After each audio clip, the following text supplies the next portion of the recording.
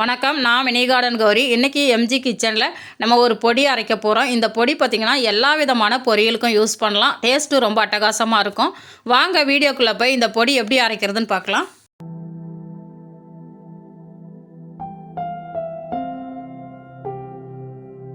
இந்த பொடியை அரைக்கிறதுக்கு ஈரம் இல்லாத ஒரு மிக்சர் ஜாரில் 10லேருந்து 15 முந்திரி சேர்த்துக்கலாம். கூடவே 1 டேபிள் ஸ்பூன் அளவுக்கு உடச்சக்கடலை சேர்த்து நைஸாக அரைச்சி எடுத்துகிட்டு வந்துடலாம். உடச்சக்கடலையும் முந்திரியும் இந்த மாதிரி நல்லா நைஸாக அரைப்பட்டு இருக்கணும். அடுத்து 4 டேபிள் ஸ்பூன் அளவுக்கு வெறும் மிளகாய்த்தூள் சேர்த்துக்கலாம். இது பார்த்திங்கன்னா வீட்டில் அரைச்ச மிளகாய்த்தூள் தான். நீங்கள் உடச்சக்கடலை எதில் அளக்குறீங்களோ அதுலேயே நம்ம மிளகாய்த்தூளும் அளந்து எடுத்துக்கணும். 4 டேபிள் ஸ்பூன் மிளகாய்த்தூள் எடுத்திங்கன்னா 1 table spoon cornflour, 1 table spoon அரிசி மாவு சேர்த்துக்கலாம். அடுத்து இதுக்கு தேவையான அளவுக்கு உப்பும் ஒரு 1/2 டீஸ்பூன் அளவுக்கு மஞ்சத்தூளும் சேர்த்துட்டு ஒரு முறை நல்லா அரைச்சி எடுத்துகிட்டு வந்துடலாம். இப்போ பார்த்திங்கன்னா முந்திரி உடச்சக்கடலையோட இந்த மிளகாய்த்தூள் நல்லா மிக்ஸ் ஆகிற மாதிரி அரைச்சி எடுத்துகிட்டு வந்தாச்சு. இப்போ ஒரு ஸ்பூன் வச்சு நல்லா கலந்து விட்டுட்டு ஒரு பிளேட்டில் கொட்டி நல்லா ஆற வச்சுட்டு ஒரு ஏர்டைட்டான டப்பாவில் போட்டு மூடி வச்சிங்கன்னா 1 மாதம் வரைக்கும் நீங்கள் எல்லா பொரியலுக்குமே யூஸ் பண்ணலாம். நான் இன்றைக்கி இந்த பொடியை வச்சு வெண்டைக்காய் பொரியல் செய்ய போகிறேன். அது எப்படின்னு பார்க்கலாம் வாங்க. 1/2 கிலோ வெண்டைக்காவே இந்த மாதிரி பொடிசாக கட் பண்ணி வச்சுருக்கேன்.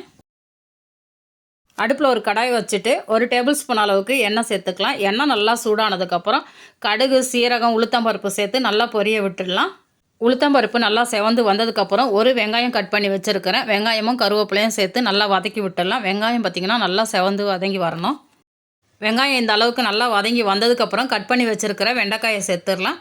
வெண்டைக்காயை சேர்த்ததுக்கப்புறம் அடுப்பை ஹை ஃப்ளேமில் வச்சுட்டு 1 நிமிஷம் வரைக்கும் நல்லா கலந்து விடணும். நல்லா கலந்து விட்டதுக்கப்புறம் இதுக்கு தேவையான அளவுக்கு உப்பும் சேர்த்து நல்லா கலந்து விட்டுட்டு ஒரு மூடியை போட்டு மூடி வச்சிடலாம். அடுத்து லோ ஃப்ளேம்லேயே வச்சுட்டு ஒரு 5 நிமிஷம் நல்லா வேகட்டும்.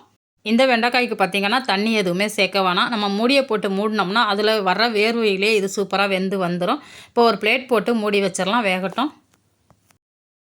இப்போ வெண்டைக்காய் பார்த்திங்கன்னா சூப்பராக வெந்துடுச்சு. 2-3 முறை மூடியை திறந்துட்டு கலந்து விட்டுட்டு மூடி வச்சுருந்தேன். இப்போ நல்லாவே வெந்துடுச்சு பாருங்கள்.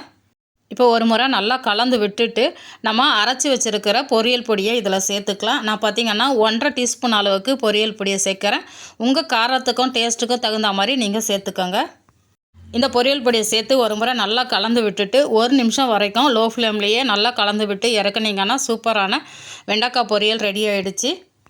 இந்த பொரியல் பொடி நான் இன்றைக்கி வெண்டைக்காயில் சேர்த்து பண்ணியிருக்கிறேன். நீங்கள் உருளைக்கிழங்கு, வாழைக்காய், காலிஃப்ளவர் இதிலெல்லாம் போட்டு பண்ணிங்கன்னா டேஸ்ட்டு ரொம்ப அட்டகாசமாக இருக்கும். குழந்தைங்களும் விரும்பி சாப்பிடுவாங்க. இந்த பொரியல் பொடியை நீங்களும் உங்கள் வீட்டில் அரைச்சி ட்ரை பண்ணி பார்த்துட்டு எப்படி இருந்தது அப்படின்றத கமெண்ட்டில் சொல்ல மறக்காதீங்க. இந்த வீடியோ பிடிச்சிருந்தால் நம்ம சேனலை சப்ஸ்கிரைப் பண்ணி வச்சுக்கோங்க. நான் சுவைக்கட்டும், ஆரோக்கியம் பெருகட்டும். நன்றி.